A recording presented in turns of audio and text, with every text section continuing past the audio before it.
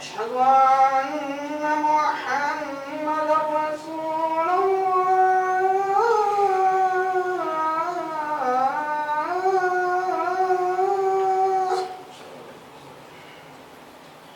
أشهد أن محمدا رسول الله.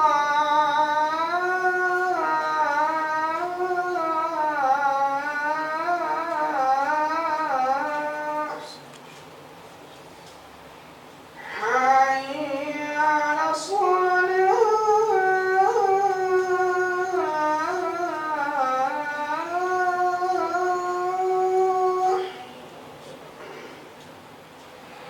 حي على الصلاة.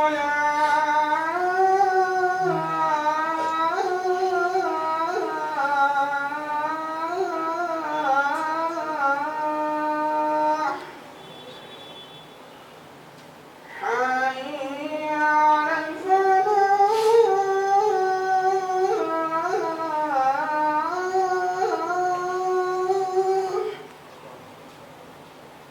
حي على الفلاح.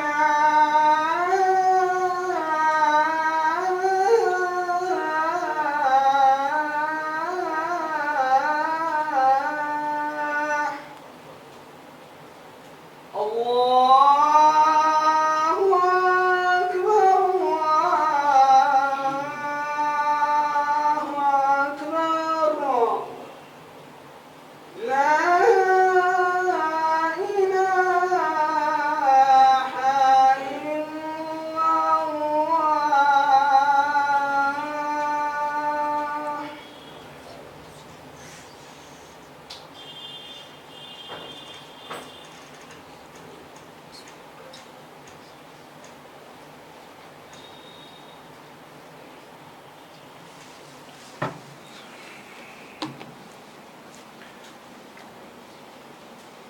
السلام عليكم ورحمة الله وبركاته. إن الحمد لله نحمده ونستعينه ونستغفره ونعوذ بالله من شرور أنفسنا ومن سيئات أعمالنا. من يهده الله فلا مضل له ومن يضلله فلا هادي له. وأشهد أن لا إله إلا الله وحده لا شريك له. وأشهد أن محمدا عبده ورسوله. أما بعد. رب اشرح لي صدري ويسر لي أمري واحلل عقدة من لساني يفقهوا قولي. ربي زدني علما. எல்லாம் வல்ல ஏக இறைவனின் அன்பும் அருளும் நம் உயிரினு மேலான நபிகள் நாயகம் ஸல்லல்லாஹு அலைஹி வஸல்லம் அவர்கள் மீதும் அவர்களது வாழ்க்கை வழிகாட்டுதல்களை தங்களால் இயன்றளவு பின்பற்றி வாழ்ந்து மரணித்த நபி தோழர்கள் மீதும் நபி தோழியர்கள் மீதும் குறிப்பாக இங்கு அமர்ந்திருக்கும் நம் அனைவர் மீதும் என்றென்றும் நின்று நிலவட்டுமாக. கண்ணியத்திற்குரிய எல்லாம் வல்ல அல்லாஹ்வின் நல்லடியார்களே, நபிகள் நாயகம் ஸல்லல்லாஹு அலைஹி வஸல்லம் அவர்கள் இறைவனுடைய இரண்டு முக்கிய அருட்கொடையை பற்றி நமக்கு குறிப்பிடுகிற பொழுது, நிஅமத்தானி மக்பூனுன் அன்ஹுமா கஸீரு மினன் நாஸ், இறைவனுடைய இரண்டு அருட்கொடைகள் இருக்கிறது.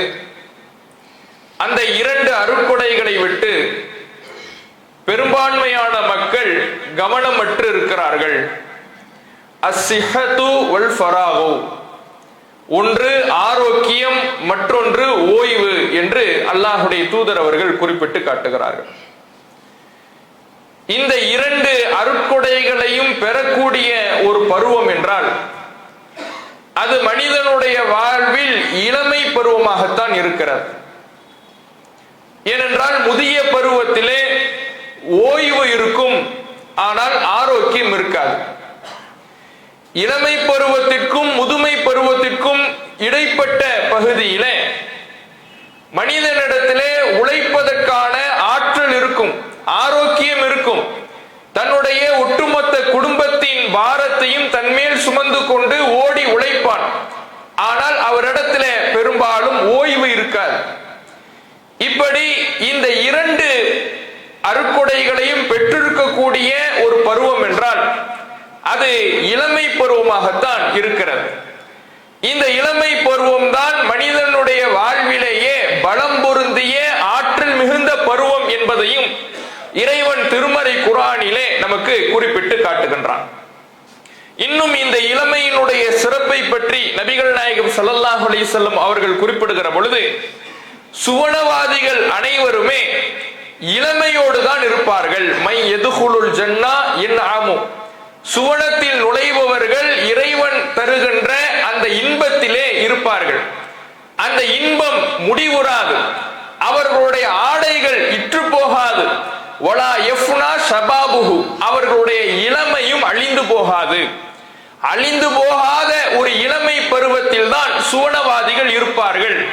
அவர்களுடைய இளமைக்கு முடிவு வராது, முதுமை வராது என்பதை நபிகள் நாயகம் ஸல்லல்லாஹு அலைஹி வஸல்லம் அவர்கள் சொல்லி காட்டுகிறார்கள்.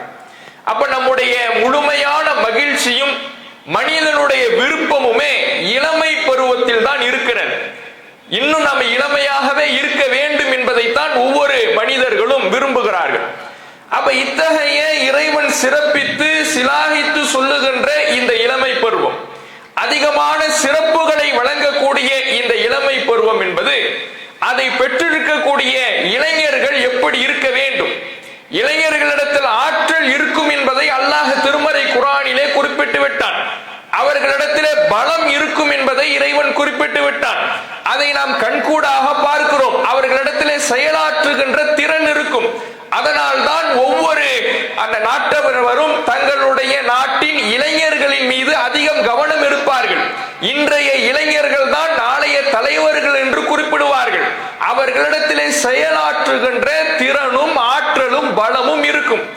ஒரு இளைஞனிடத்தில் இது மட்டும் இருந்தால் போதுமா என்று கேட்டால் போதாது. இறைவன் சிறப்பித்து சொல்லக்கூடிய இளைஞர்கள், திருமறை குர்ஆனிலே பல்வேறு இளைஞர்களை பற்றி இறைவன் பேசுகிறான். அவர்களிடத்திலே செயலாற்றுகின்ற திறன் மட்டும் இருக்கவில்லை. செயலாற்றுகின்ற திறன் எல்லா இளைஞர்களிடத்திலும் இருக்கும், அது மட்டும் அவர்களிடத்தில் இருக்கவில்லை. இறைவன் சிறப்பித்து சொல்லக்கூடிய இளைஞர்கள் செயலாற்றுகின்ற திறனோடு உடல் பலத்தோடு பக்குவத்தையும் பெற்றிருந்தார்கள். அவர்களிடத்திலே வேகம் மட்டும் இருக்கவில்லை, விவேகமும் இருந்திருக்கிறது என்பதைத்தான் நாம நம்முடைய திருமறை குர்ஆனுடைய வரலாறில் இருந்து அறிந்து கொள்ள முடிகிறது. பல இளைஞர்களை பற்றி திருமறை குர்ஆன் பேசுகிறது. நபி இப்ராஹிம் அலைஹிஸ்ஸலாம் அவர்களை இறைவன் முன்மாதிரியாக நமக்கு குறிப்பிடுகிறான். அவர்களுடைய பருவத்தை பற்றி பேசுகின்ற பொழுது, அவர்கள் இளமை பருவத்தில் இருந்தார்கள், தன்னுடைய பிரச்சாரத்தை துவக்கினார்கள் என்பதை இறைவன் பேசுகிறான். அதே போல நபி மூசா அலைஹிஸ்ஸலாம் அவர்களுக்கு தூதுத்துவம் கிடைத்தது இளமை பருவத்தில் தான் என்பதை இறைவன் குறிப்பிடுகிறான். மூசா நபி அவர்கள் இறைவன் அவர்களுக்கு ஒரு பாடத்தை கற்பிப்பதற்காக ஹித்ர் என்கின்ற நல்லடியாரிடத்தில் செல்ல சொல்லுகிறான். அவர் அப்போது அந்த பயணத்தை மேற்கொண்ட பொழுது மூசா நபி அவர்கள் தனக்கு உறுதுணையாக அழைத்து சென்றவர் ஒரு இளைஞராக இருந்திருக்கிறார். நபி யூசுப் அலைஹிஸ்ஸலாம் அவர்கள் இளைஞராக இருந்திருக்கிறார்கள். அல்லாஹ்வுடைய மார்க்கத்திற்காக குகையிலே போய் தஞ்சமடைந்த குகைவாசிகள் இளைஞர்களாக இருந்திருக்கிறார்கள்.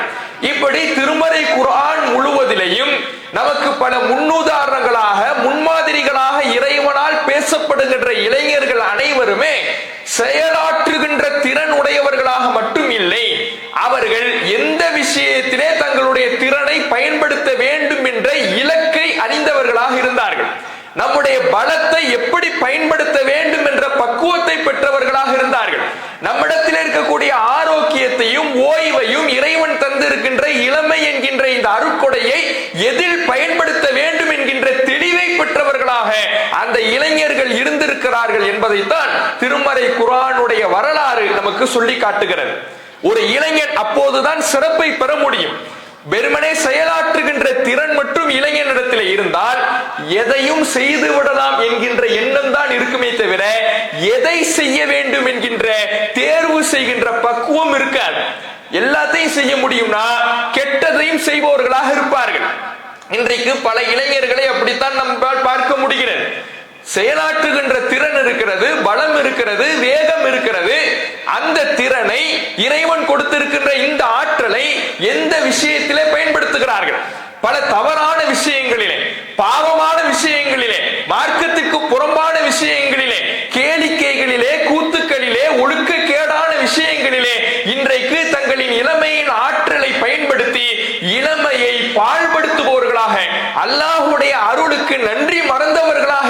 பல இளைஞர்கள் செயல்படுவதை பார்க்கிறோம்.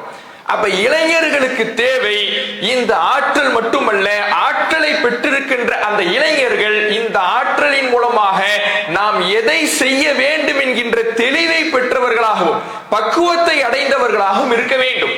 ஆனால் இன்றைக்கு இளைஞர்களை பாருங்கள், அவர்களுடைய செயல்பாடுகள் எப்படி இருக்கிறது? அவர்கள் எதை சுற்றி செயல்படுகிறார்கள்?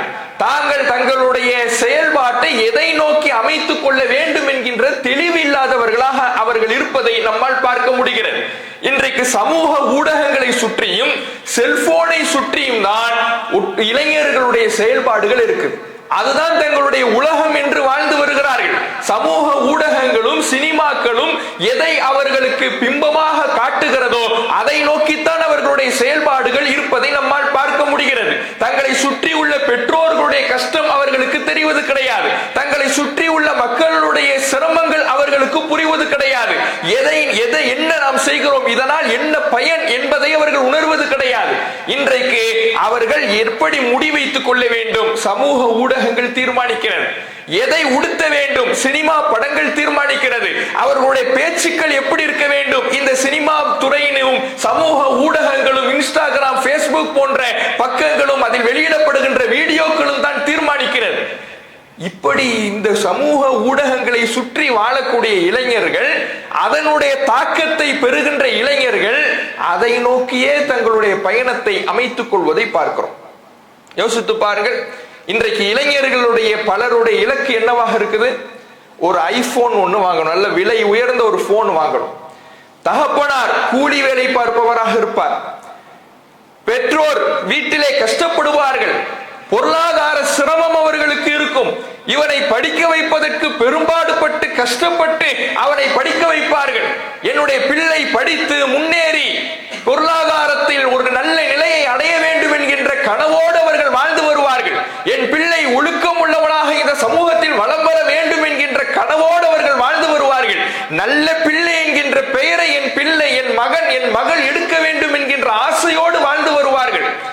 ஆனால் இவனுடைய நோக்கம் எல்லாம் எதை நோக்கி இருக்கும்? நல்ல விலை உயர்ந்த ஒரு போனை வாங்கணும். எப்படி வாங்குறது? காலேஜ் படிச்சுக்கிட்டு இருப்பான், ஸ்கூல் படிச்சுக்கிட்டு இருப்பான், இவனிடத்துல காசு இருக்காது. தகப்பனார்ட்ட அல்லது தாயார்ட்ட விடாப்பிடியாக நிற்பது. இதை நீங்க வாங்கி கொடுத்தாதான் நான் சாப்பிடுவேன். ஐபோன் வைத்துக் கொள்வதுதான் தன்னுடைய வாழ்க்கையின் மிகப்பெரிய லட்சியமாக இன்றைக்கு பல இளைஞர்கள் கருதி கொண்டிருக்கிறார்கள். புல்லட்டும் கேடிஎம் டியூக் போன்ற பைக்குகளையும் வாங்குவதுதான் தங்கள் வாழ்க்கையினுடைய மிகப்பெரிய லட்சியமாக நினைத்துக் கொண்டிருக்கிறார்கள்.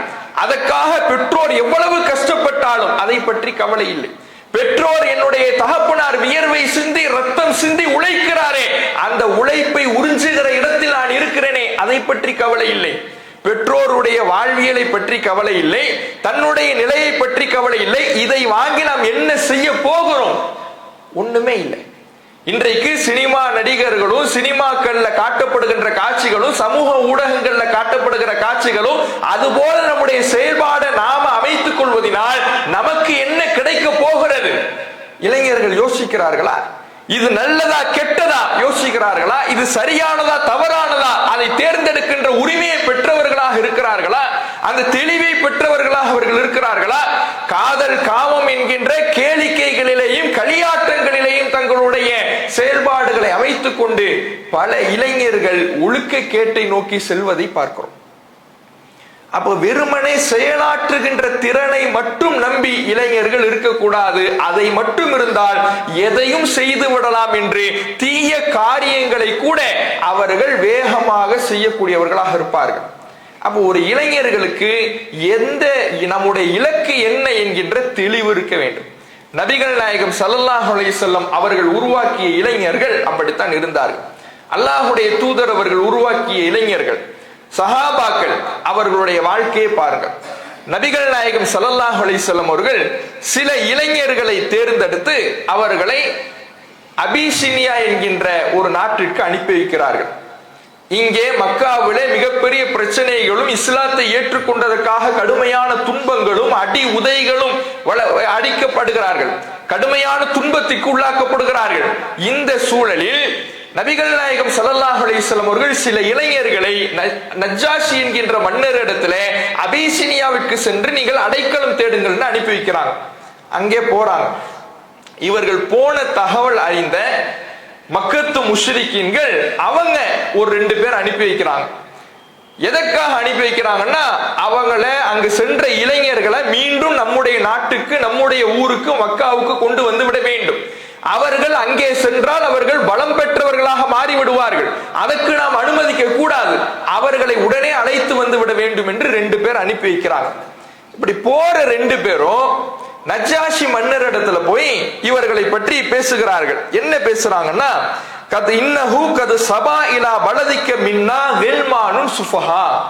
சில முட்டாள் இளைஞர்கள் உங்களுடைய ஊருக்கு மதம் மாறி வந்திருக்கிறார்கள். எங்களுடைய வழிமுறைகளை, எங்களுடைய கொள்கை கோட்பாடுகளை எல்லாம் விட்டு புறக்கணித்து வந்திருக்கிறார்கள் என்று அந்த நஜ்ஜாஷி மன்னர் இடத்துல சொல்றாங்க. இதுல அவர்கள் பயன்படுத்தக்கூடிய வார்த்தையை பாருங்க, முட்டாள் இளைஞர்கள். மக்கத்து முஷ்ரிக்கீன்களுடைய பார்வையிலே சரியான பாதையை தேர்ந்தெடுத்து செல்லக்கூடிய இந்த சஹாபாக்கள் இளைஞர்களை பார்த்து அவர்கள் சொல்லக்கூடிய வார்த்தை முட்டாள் இளைஞர்கள் அப்படின்னு வசைபாடுறாங்க. யோசித்து பாருங்கள், இன்றைக்கு இதே நிலை இளைஞர்களுக்கு மத்தியிலேயும் இருப்பதை பார்க்கலாம்.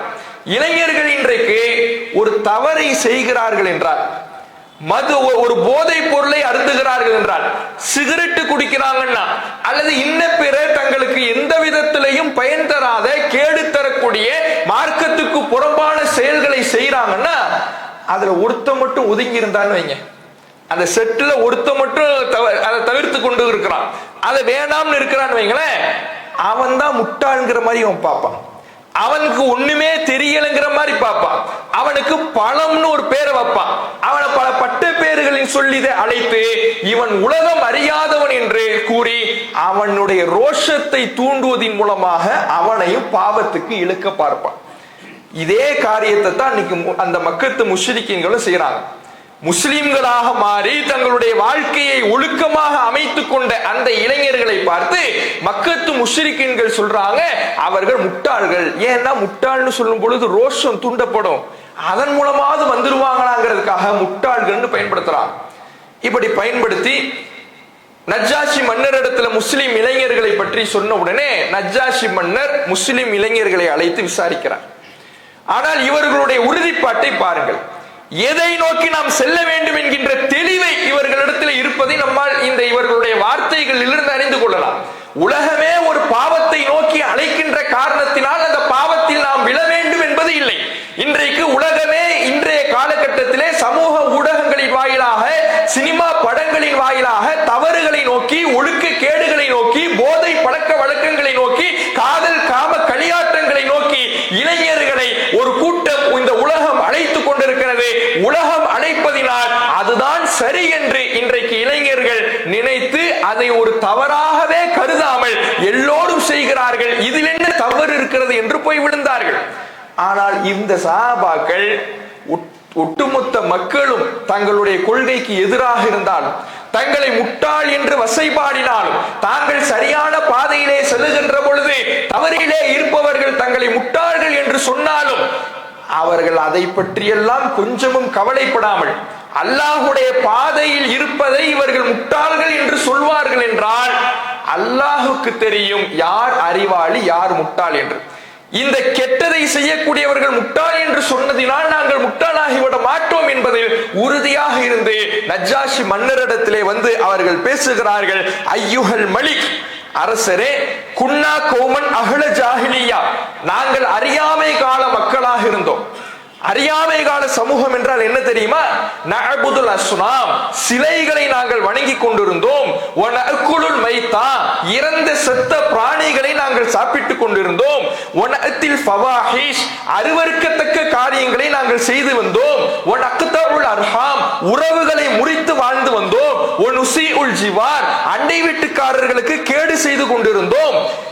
இப்படி பல்வேறு காரியங்களை நாங்கள் செய்து கொண்டிருந்தோம். பல தீமைகளை செய்து கொண்டிருந்தோம். எங்களில் வலியவர், பலமானவர், எளியவரை நசுக்கிக் கொண்டிருந்தார்.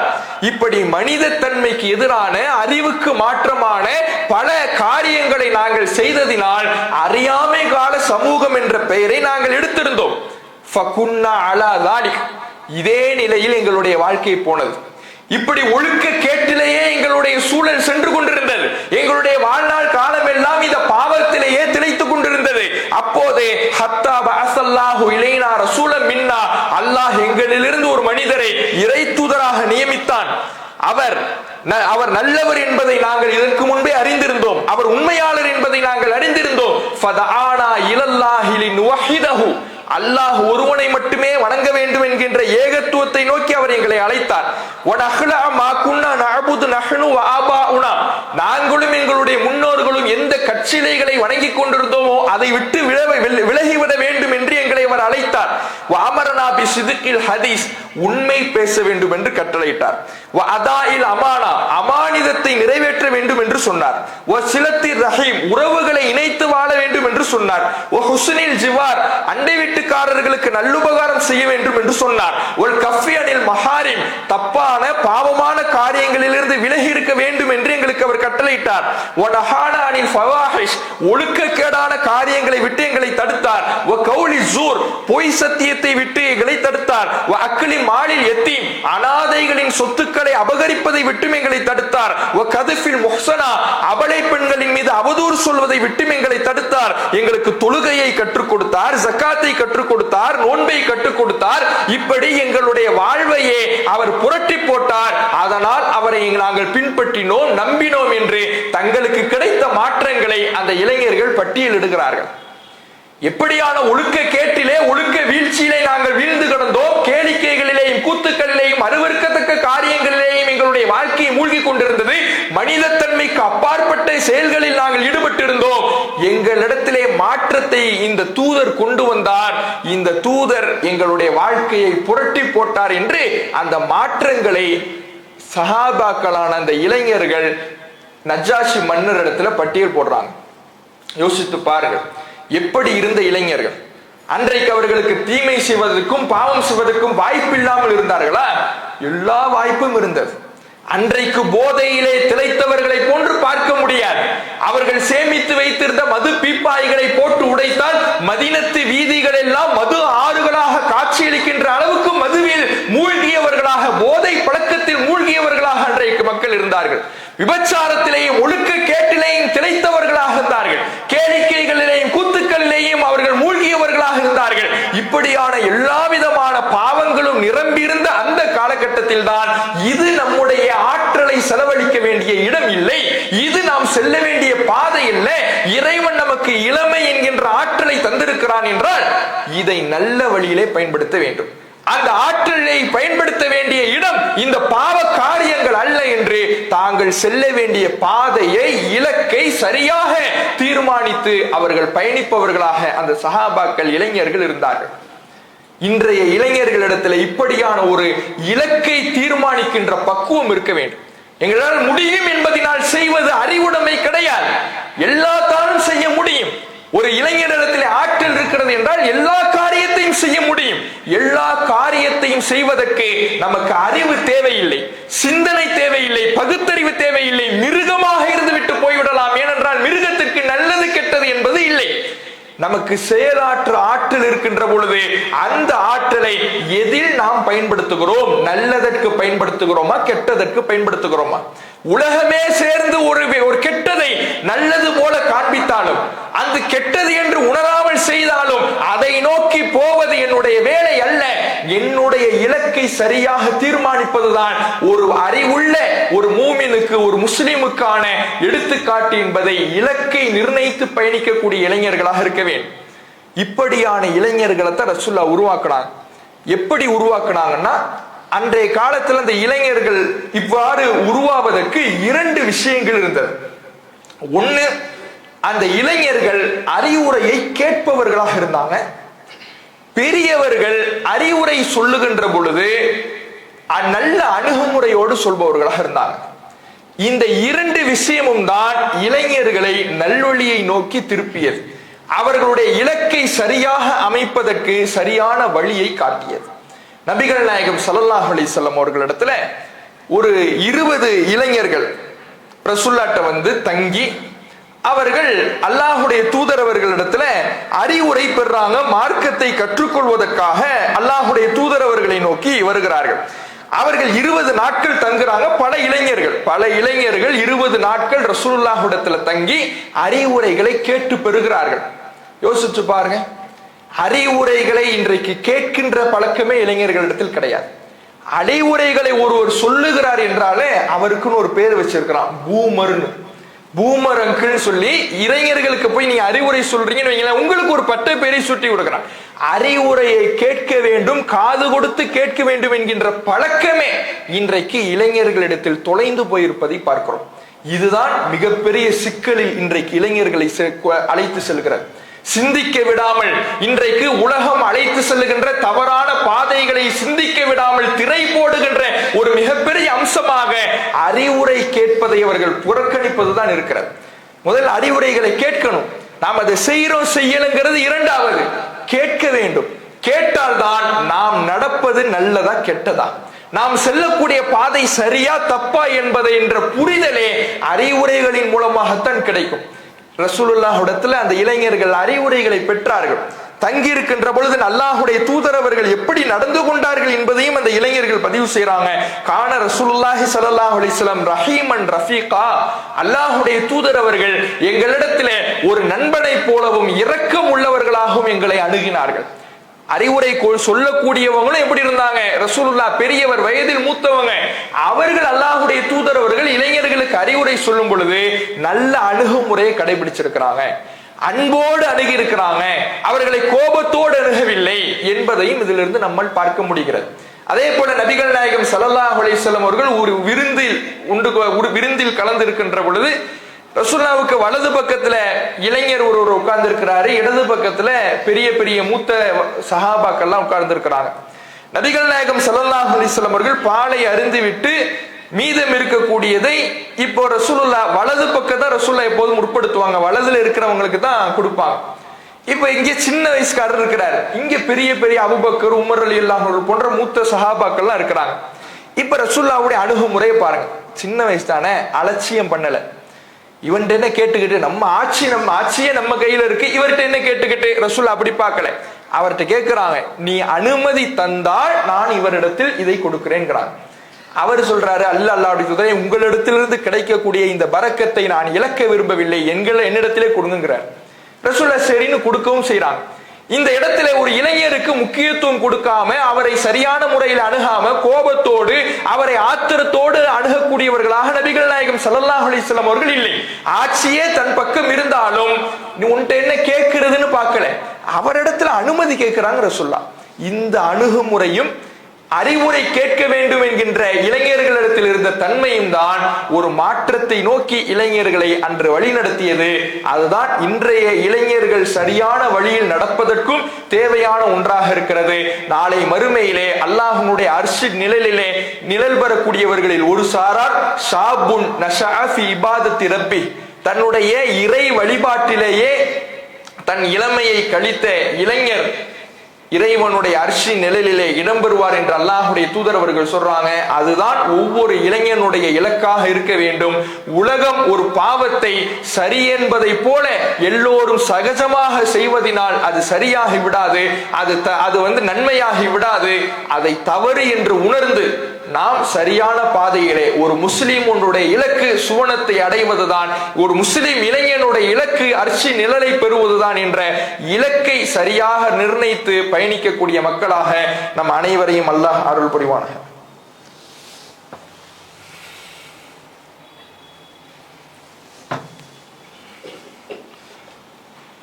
அஸ்ஸலாமு அலைக்கும் வரஹ்மத்துல்லாஹி வபரகாத்துஹு. கண்ணியத்திற்குரிய எல்லாம் அல்ல அல்லாஹ்வின் நல்லடியார்களே, நேற்றைய தினம் குஜராத் மாநிலம் அகமதாபாத்தில் நடைபெற்ற விமான விபத்து உலகையே உலுக்கிய ஒரு சம்பவமாக இருக்கிறது. அனைத்து தரப்பு மக்களையும் மிகப்பெரிய கவலையிலே ஆழ்த்தியிருக்கக்கூடிய ஒரு நிகழ்வாக இருக்கிறது. அந்த விமானத்தில் பயணித்த விமான ஓட்டிகள், விமான ஊழியர்கள் உட்பட 250க்கு மேற்பட்டவர்கள் அவர்கள் உயிரிழந்திருப்பதாக தகவல்கள் வெளியாகி இருக்கிறது. இன்னும் அந்த விமானம் சென்று மோதிய மருத்துவ கல்லூரி விடுதியில் இருந்தவர்களும் உயிரிழந்திருப்பதாக தகவல்கள் வருகிறது. பொதுவாக விபத்து என்பது அது எதர்ச்சையாக நடக்கக்கூடிய ஒன்றுதான். விபத்து என்பது இது போன்ற எதர்ச்சையாக எப்போதாவது நடைபெறக்கூடிய ஒரு நிகழ்வு. அதிலேயும் விமான விபத்து என்பது மற்ற வாகன விபத்தை விட மிக மிக மிக குறைந்த சதவீதத்தில் தான் இவ்வளவு காலத்தில் நடந்திருக்கிறது என்பதையும் தெரிவிக்கிறார்கள். மற்ற வாகனங்கள்ல நடக்கக்கூடிய விபத்தை விட விமான விபத்து என்பது மிக குறைவாக அரிதாக நடக்கக்கூடிய ஒன்றுதான் என்பதையும் தெரிவிக்கக்கூடியவர்களாக இருக்கிறார். இதுல நாம கவனிக்க வேண்டிய விஷயம், இது விபத்து எதர்ச்சையாக நடக்கக்கூடியது, விபத்துக்கு காரணம் நாம தேட முடியாது என்பதெல்லாம் ஒரு புறம் இருந்தாலும், இது முழுக்க முழுக்க அலட்சியத்தின் விளைவாக நடைபெற்றிருக்கிறது என்பதையும் இதுல நாம சேர்த்து கவனிக்கக்கூடிய வகையில இந்த விமானத்தின் வரலாறு காட்டுகிறது. இப்போது விபத்திற்குள்ளான விமானம் என்பது போயிங் 787 என்ற மாடல் விமானம் தான் விபத்துக்குள்ளாகி இருக்கிறது. இந்த விமானம் கடந்த சில மாதங்கள்லயே உலக அளவுல, இந்திய அளவுல மட்டும் இல்ல, உலக அளவுல இந்த மாடல் விமானம், பல்வேறு ஏர்லைன்ஸ் மூலமாக ஓடக்கூடிய இந்த விமானம் பல்வேறு சிக்கல்களை சந்தித்திருக்கிறது என்பதை தற்போது தெரிவித்திருக்கிறார்கள். அது மட்டும் இல்லாம இந்த மாடல் விமானத்தில் பல சிக்கல்கள் இருக்கிறதுங்கிறது ஒரு புறம் இருந்தாலும், இதனுடைய நிறுவனமாக இருக்கிற ஏர் இந்தியா நிறுவனம் அது பல காலமாக அதனுடைய தரம் குறித்து பல்வேறு கேள்விகள் எழுப்பப்பட்டு தான் வருகிறது. அதனுடைய பாதுகாப்பு அம்சம் குறித்து பல்வேறு விதமான விமர்சனங்கள் முன்வைக்கப்பட்டு தான் வருகிறது. அது அரசுடைமையாக இருந்தது, தற்போது அதை தனியார்மயமாக ஆக்கிவிட்டார்கள். அப்ப இப்படி இந்த ஏர் இந்தியாவுடைய பாதுகாப்பு குறித்து பல்வேறு கேள்விகள் ஆரம்பத்திலிருந்து இருந்து கொண்டிருக்கிறது. சமீபத்தில் கடந்த டிசம்பர் மாதம் இதே ஏர் இந்தியா விமானம் டெல்லியிலிருந்து புறப்படுகிறது. புறப்பட்ட அந்த விமானத்துல கோளாறு ஏற்பட்டு கிட்டத்தட்ட அதை தரை இறக்குவதற்கு 28 மணி நேரங்கள் மிகப்பெரிய போராட்டத்துக்கு பிறகு பாதுகாப்பாக தரை இறக்கப்படுகிறது. அப்ப இதுல எந்த உயிர் சேதமும் இல்லை. ஆனால் இப்படியான சிக்கல்கள் தொடர்ச்சியாக இந்த விமானத்தில் இருந்துகிட்டு இருக்குது என்பதை தெரிவிக்கக்கூடியவர்களாக இருக்கிறாங்க. அதே மாதிரி ஏர் இந்தியாவுல இந்த விமானம், இந்த ட்ரீம் லைனர் என்ற மாடலை கொண்டிருக்கிற இந்த விமானம் 2015 2024 வரைக்குமே 32 மேஜர் ஆக்சிடென்ட்களை, மேஜர் விபத்துகளை இது சந்தித்திருக்கிறது. அதே போல கடந்த 14 மாதங்கள்ல இந்த விமானம் அறிமுகம் செய்யப்பட்டு 14 மாதங்களில் மட்டும் 136 சிறிய சிறிய பிரச்சனைகளையும் சந்தித்திருக்கிறது என்று தெரிவிக்கிறார். அப்ப தொடர்ச்சியாக இந்த ஏர் இந்தியா நிறுவனமும் சரி, இந்த போயிங் 787 ட்ரீம் லைனர் என்கின்ற இந்த விமானமும் சரி, தொடர்ச்சியாக பல்வேறு சிக்கல்களை, பாதுகாப்பு கேள்விக்குறிகளை சந்தித்திருக்கிறது என்பதை செய்தி ஊடகங்கள் நமக்கு தெரிவிக்கிறது. அப்ப முதலில் ஒரு ஆட்சியாளர்கள் என்பவர்கள் மக்களுக்கான ஆட்சியாளர்களாக இருக்க வேண்டும். மக்களுக்கான ஆட்சியாளராக இருக்கின்ற பொழுது அவர்கள் ஒரு முறை ஆரம்பத்தில் முதல் தடவை ஒரு கோளாறு, ஒரு பிரச்சனை, பாதுகாப்பு குறைபாடு என்று வருகிற பொழுதே அதை சரி செய்வதற்கான நிரந்தர தீர்வை காண்பதற்கான முயற்சியில் இறங்கியிருப்பார்கள் என்றால் இத்தனை உயிர் இழப்புகளை தவிர்த்திருக்கலாம். அப்ப இவ்வளவு உயிரிழப்புகள் இன்றைக்கு ஏற்பட்டிருக்கிறது. அவர்களுக்கு நிவாரண தொகை கோடி ரூபாய் கொடுத்தாலும் உயிர் திரும்ப வர போறது இல்லை. அப்ப இனி அரசாங்கம் என்ன செய்யணும்னா, இனிமேல் இது போன்ற ஒரு அசம்பாவித சம்பவம் நடைபெறாமல் நிரந்தர தீர்வை இதற்கு எட்டக்கூடியவர்களாக இருக்கணும். பயணிகள் இப்ப ஏர்போர்ட் பிளைட்ல பயணிக்கிறாங்கன்னா பயணிகளுக்கு அவ்வளவு கட்டுப்பாடு போடுறாங்க.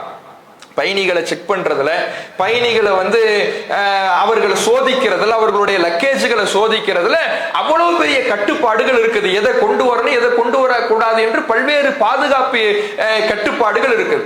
இதெல்லாம் இருப்பதை போல அந்த ஏர்லைன்ஸுக்கும் பிளைட்டுக்கும் அதனுடைய பாதுகாப்பையும் உறுதி செய்வது ஒரு அரசாங்கத்தினுடைய கடமை. அப்போ இதுல பொருளாதார ஊழல் எதுவும் இருக்கிறதா, இதுல யார் யார் சம்பந்தப்பட்டிருக்கிறார்கள், இந்த அலட்சியத்துக்கு யார் யாரெல்லாம் காரணம் என்பதை கண்டறிந்து உடனடியாக தக்க நடவடிக்கை எடுக்கக்கூடியவர்களாக அரசாங்கம் இருக்கணும். இந்த பிளைட்டை இப்போது விபத்துக்குள்ளான பிளைட்டை புறப்படுவதற்கு முன்பாக அதில் பயணித்த ஒரு பயணி வீடியோ எடுக்கிறாரு. இதுல ஏசி வேலை செய்யல, பல்வேறு கோளாறுகள் இருக்குதுன்னு அவர் தன்னுடைய சமூக வலைதளத்தில் அந்த வீடியோவை பதிவு செய்திருக்கிறார். அப்ப ஒரு கோளாறு உள்ள, பாதுகாப்பு குறைபாடு உள்ள ஒரு விமானத்தை புறப்படுவதற்கு யார் அனுமதி கொடுத்தது? ஏன்னா புறப்பட்டு ரொம்ப தூரம் கூட பயணிக்கல, புறப்பட்டு ஒரு 30 நொடியில அது வெடித்து சிதறி இருக்கிறது. டேக் ஆஃப் ஆகி 30 செகண்ட்ல. அப்ப என்ன, எவ்வளவு பெரிய அலட்சியம், எவ்வளவு பெரிய ஊழல், அல்லது இதற்கு பின்புலத்தில் வேறு ஏதேனும் காரணங்கள் இருக்கிறதா என்பதை விமானத்தில் கிடைக்கக்கூடிய அந்த பிளாக் பாக்ஸ், கருப்பு பெட்டியை வைத்து உடனடியாக கண்டறிந்து இதில் சம்பந்தப்பட்டவர்கள், இதனுடைய அலட்சியத்தில் துணை நின்றவர்கள், இதில் அலட்சிய போக்கு காட்டியவர்கள் என்று எல்லோருக்கும் கடுமையான நடவடிக்கைகள் எடுக்க வேண்டும். இனி இது போன்ற பாதுகாப்பு குறைபாடுகள் ஏற்படாமல் இருக்க நிரந்தர தீர்வை எட்டணும். ஏன்னா இன்றைக்கு அரசாங்கங்கள் நிரந்தர தீர்வை எட்டக்கூடியவர்களாக இல்லை.